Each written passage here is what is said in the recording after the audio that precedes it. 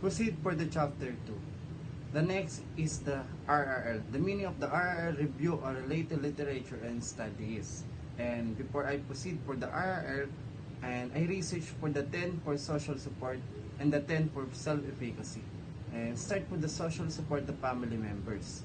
Social support is the widely recognized to be essential aspect of subjective of well-being. Moreover, the study of neuropsychology elderly people has served to discover aspects associated with well-being, such as changes in the role in society associated with aging. According to Toyoshima and Nakara in 2021, the relationships are associated with significant and social role that govern how family members get along with one another. Social support can come from three sources: family, friends, and significant others. In each also described as a frequency of support action provided by others, and therefore subjected in the nature.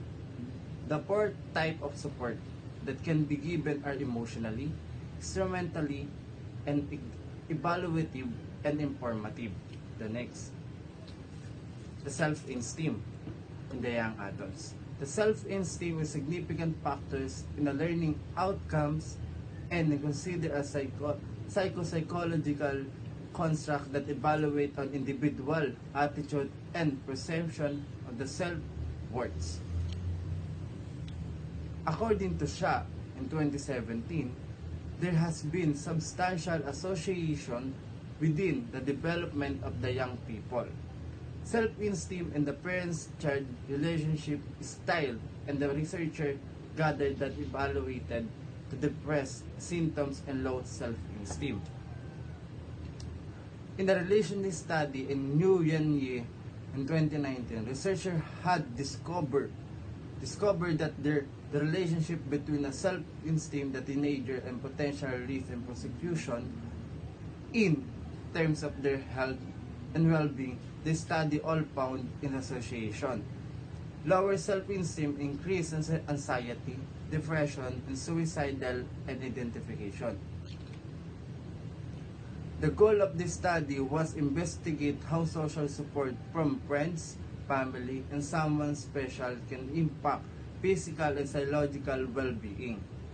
Spiritually, self-esteem and ego integrity. Moreover, spiritually had a small positive effect on self and ego integrity. And it's all about is RRL. RRL means is the self-esteem, how to create the title. And it's all about this to use it, and based on that research is he did know and he did not punish about the self-esteem, and based as a researcher I want to improve about the self-esteem. Research has been done on the effect of the four distinct types of social support: emotional, esteem, informational, and the tangible support. Emotional support includes talking on responsibilities for someone else so they can deal with the problem, while informal support involves talking an active stance to help someone manage a problem. Moreover, self-esteem is the one of significant factor in learning outcomes and reflect an individual belief, their competence, and the value. It's influenced by the family functioning, the parent-child relationship with poor family functioning likely inversely, impact on the individual self-esteem and the mental health. The study highlight a need for further research to explore the relationship between the self-esteem and being placed different areas in life, as well as the psychological process that explain this relationship. This study aims to explore the promotional of oneself and self-criticism and possible mediator in relating to life satisfaction and the self-esteem.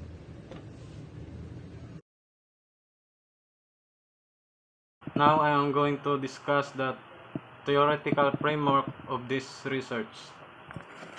Self-esteem can be affected by many factors such as school, friends, and internal factors. However, the family Family's role in shaping self-esteem seems to be fundamental. The family is one of the most important elements that play a role in shaping human character. Humans from birth until death grow in the family as the most basic unit of society and traditionally the first and most important provider of healthcare to its member is a unique role and as its specific function, structure, and needs. So, babalik tayo sa theoretical framework. The study is anchored This study is anchored on the theoretical support of Abraham Maslow's hierarchy of needs and on both social support and social esteem of second-year students. This theory allows the study to be more centered on the concepts of social support of self-esteem.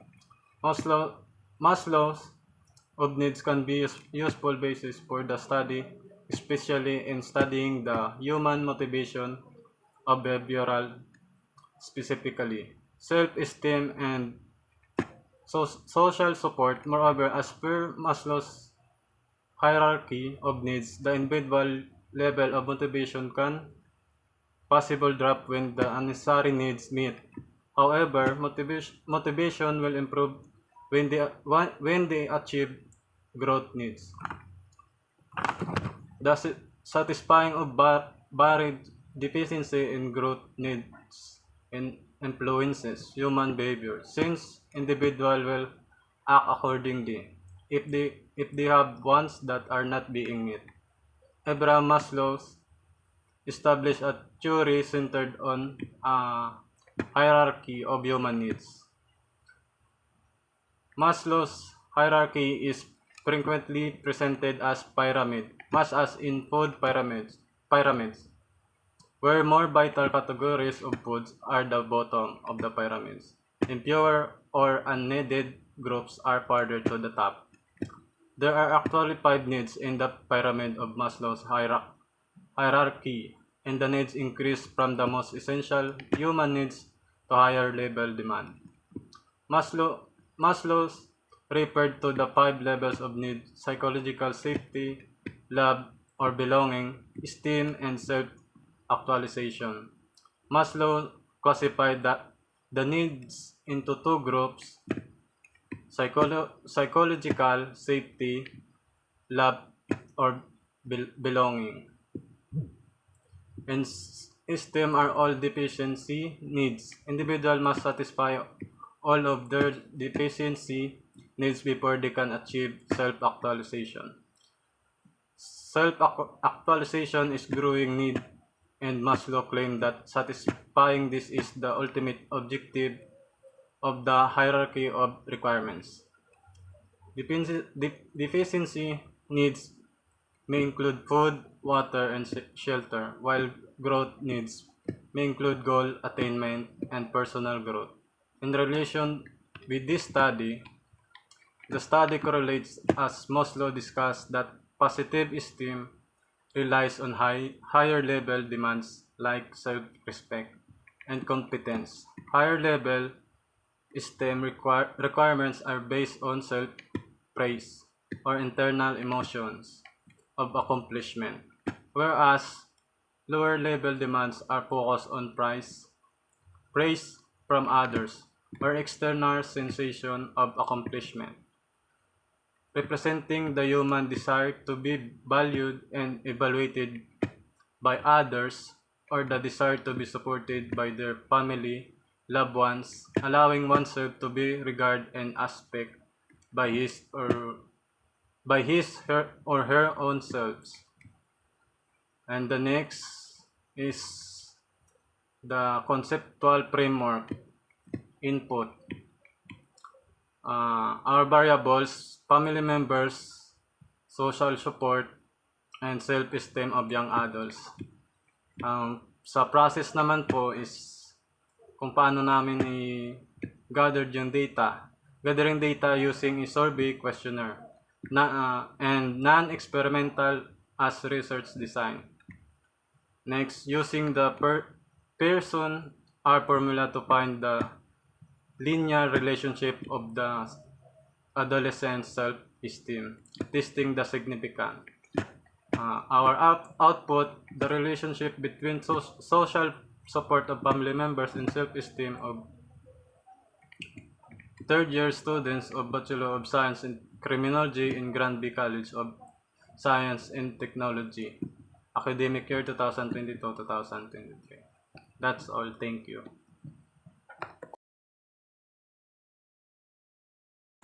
Definition of terms. The important terms used in this study have been defined.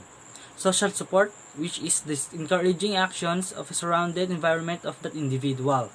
Self-esteem, a strong feeling of an individuals who feel confidence to do things on their own, especially how individuals value and perceive their own selves. Self-worth, a belief with a self-worth that you are capable, good, and deserving of good things. Emotional judgment, individuals' ability in recognizing and regulating their own emotion as well as in understanding this emotion within self. Socio-psychological, involving of two different factors such as social and psychological that relates to individual experience in life. Family functioning, a family functioning on how family members interact to each other as well as how their needs, goals, and rules were met. In our chapter 3, Research Methodology, Research Design. The researchers will utilize correctional research design which was defined by Jiang Yang Ni, ET.AL at 2015 as the measurement and determining of a statistical relationship between two variables with little or lack of controlling extraneous variables. Considering that, the researchers will investigate the strength of relationship between the research variables, namely family member, social support, and self-esteem of young adults. Correlational research will be appropriately applied since it focused on identifying either positive, negative, or no association among variables, and there is no expectation to find a causal relationship between two variables. Rather, provide insights into complex real-world relationships and help the researchers make prediction. Bandari 2022. The researchers use this kind of method to further analyze the connectivity of variables they have to the data they gathered through surveys in their study. Research locale. The study will be conducted in Granby College of Science and Technology in the second semester of 2022 to 2023. It is select for its convenience and practicality of the researcher. The study will be implemented inside the premises of Granby College of Science and Technology, which is located at Ibayo Silangan, Naik, Cavite. In relation to this, the researchers were able to gather the valuable information they needed for the study, including the distinctive viewpoints of their experiences of the college freshmen who are required for the study. Instrumentation. In this study, researcher will employ one standardized test to determine the relationship between two variables. The first scale is Rosenberg self-esteem scale containing 10 items with a Likert response format of 4 options ranging from strongly disagree, number 1, and to strongly agree, number 4. The other scale is to assess social support, which is social support questionnaire will be used, especially the part of the interpersonal support evaluation list, and it consists of 40 items made up of 4 different subscales, including the tangible, belongings, self-esteem, and appraisal support.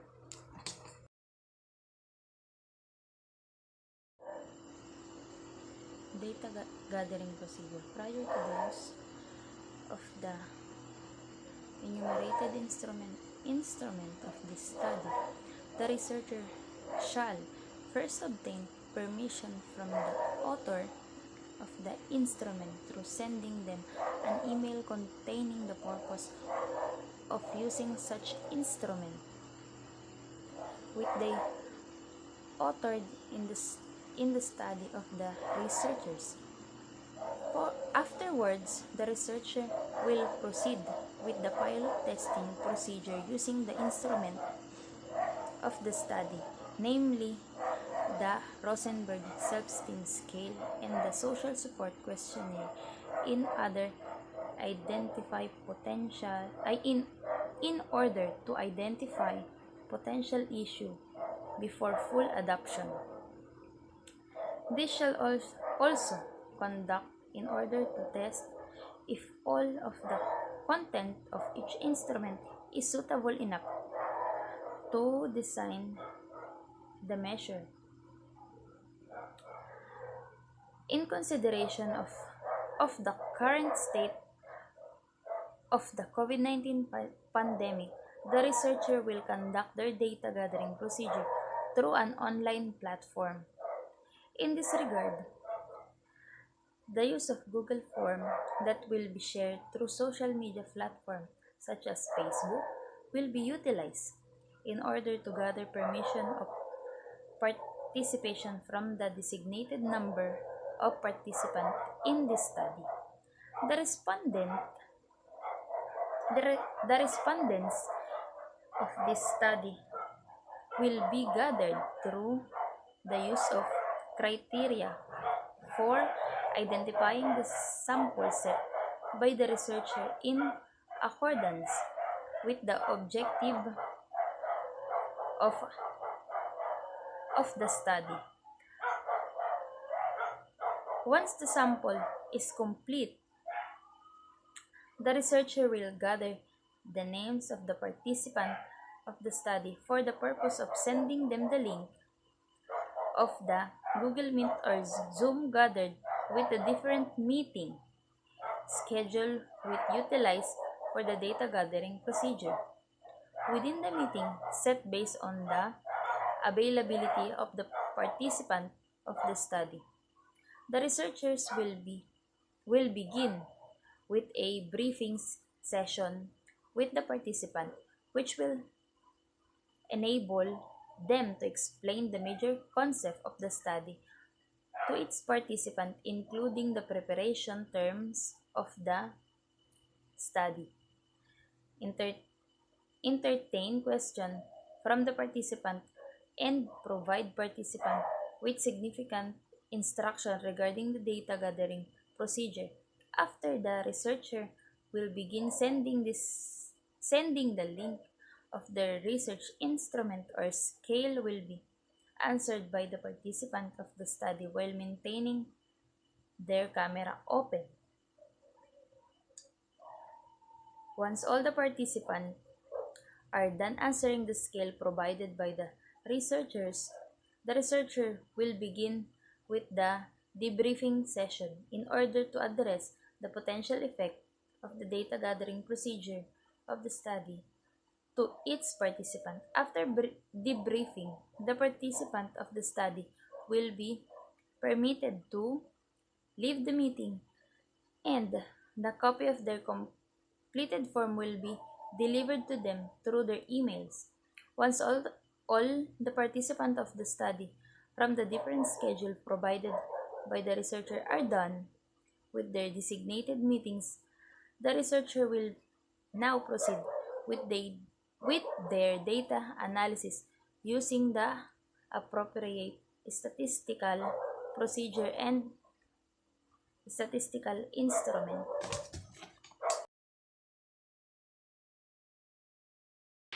Ethical consideration.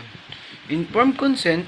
The researcher must have the consent given by the respondent before conducting the study involving them. The researcher must be conscious not to take advantage of easily accessible group of individuals when conducting a study.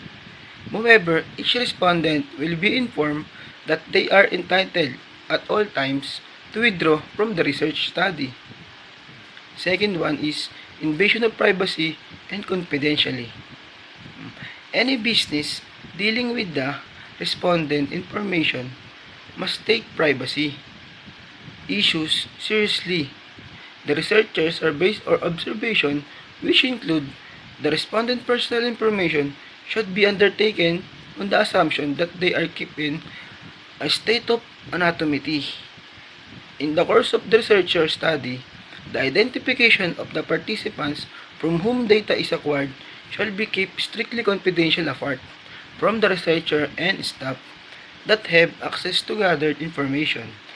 At the conclusion of the research, any data exposing the respondent identification shall be promptly discarded unless prior written consent has been given by the person involved.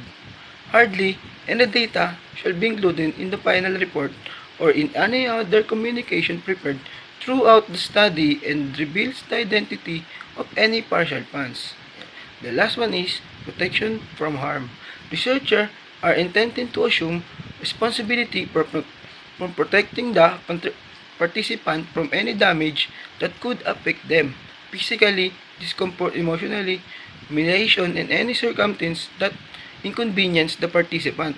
No damage must be undertaken to the career, prospect, development, and self-esteem of the respondent.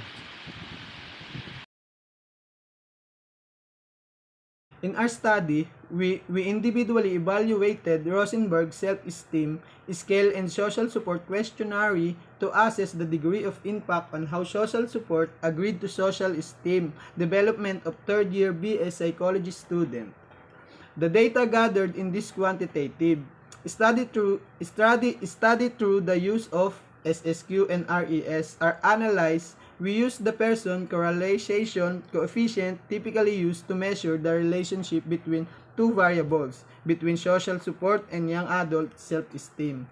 To evaluate the responses for the SSQ are the following appraisal support subscale items 1, 6, 11, 17, 19, 22, 26, 30, 36, and 38. Changeable support subscale items 2, 9, 14, 16, 18, 23, 19, 33, 35, and 39. Belonging support scale items 5, 7, 10, 12, 15, 21, 25, 27, and 31 were meant to compute for the response rate of the following the classification of